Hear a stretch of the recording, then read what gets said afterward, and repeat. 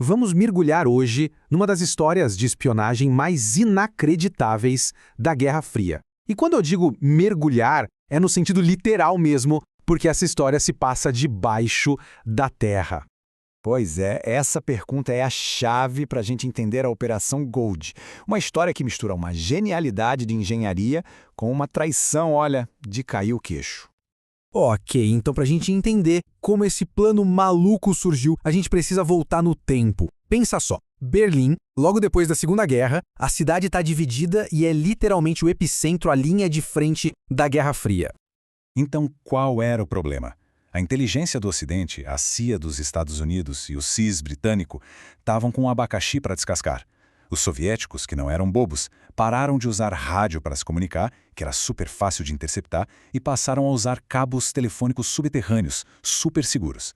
Resultado, os aliados ficaram completamente cegos, sem ouvir nada. E aí que vem a solução.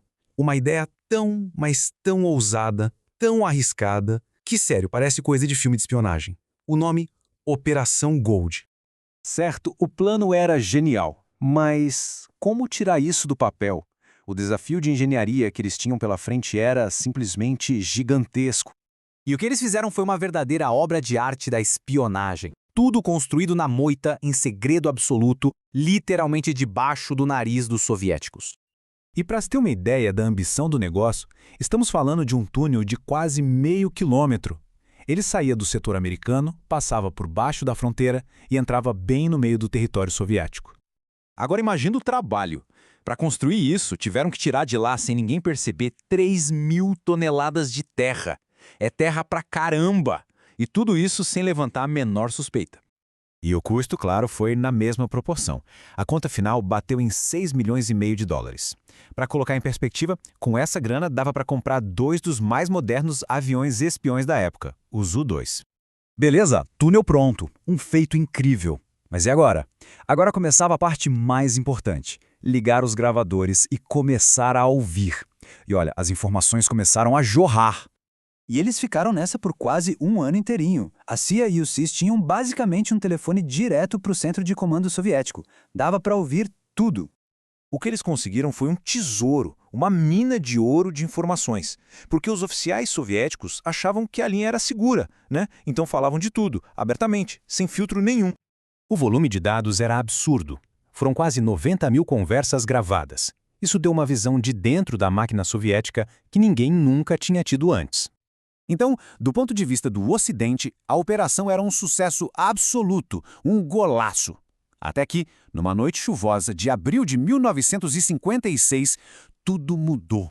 De repente, soldados soviéticos invadem o túnel. E eles não tentaram esconder, não. Pelo contrário, chamaram a imprensa do mundo todo e fizeram o maior estardalhaço, denunciando o que chamaram de ato de gangsterismo. Para o pessoal da CIA, foi um choque total. A aposta era que os soviéticos iam ficar com vergonha, que iam tentar abafar o caso para não mostrar que foram enganados. Mas eles fizeram o exato oposto, botaram a boca no trombone.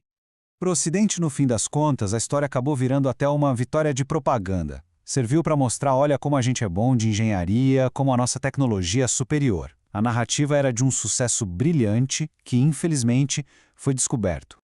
Só que essa história ainda não tinha acabado. 5 anos depois, uma verdade bombástica veio à tona. Um segredo tão grande que ia virar toda a história da Operação Gold de cabeça para baixo.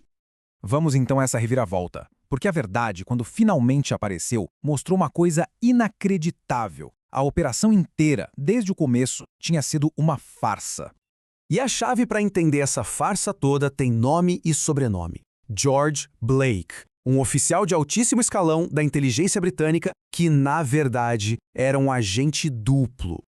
Pensa só, o Blake participou das primeiras reuniões para planejar o túnel, e ele foi correndo contar tudo para a KGB antes mesmo da primeira pá de terra ser cavada. Ou seja, os soviéticos sabiam de absolutamente tudo, desde o dia 0.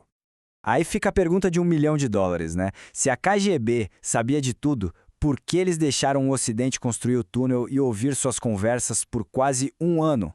A resposta é um cálculo frio, uma escolha estratégica da KGB. Para eles, era simples. Proteger o George Blake, o espião infiltrado deles, era muito mais importante do que proteger o sigilo daqueles cabos. Um agente valioso como Blake, lá dentro do Serviço Secreto Britânico, valia muito mais do que as informações que estavam vazando pelo túnel. Então eles sacrificaram os segredos para proteger a fonte. Tudo isso nos deixa com um legado, uma herança dessa história que é super complexa. É difícil dizer o que foi sucesso e o que foi fracasso, porque as duas coisas estão totalmente misturadas. Então, no fim das contas, quem ganhou esse jogo? Nesse xadrez da espionagem, quem saiu por cima? E a verdade é que é complicado. Se a gente olhar bem, os dois lados saíram ganhando alguma coisa. A CIA e o SIS conseguiram informações reais e valiosas e ainda posaram de gênios da tecnologia.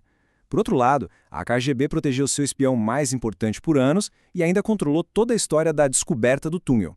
O resultado final é, bem, não tem um vencedor claro. A história da Operação Gold é a prova perfeita de que, no mundo da espionagem, a linha que separa a vitória da derrota é quase invisível. Fica a pergunta: uma operação pode ser, ao mesmo tempo, um sucesso brilhante e um fracasso retumbante? É de se pensar, não é?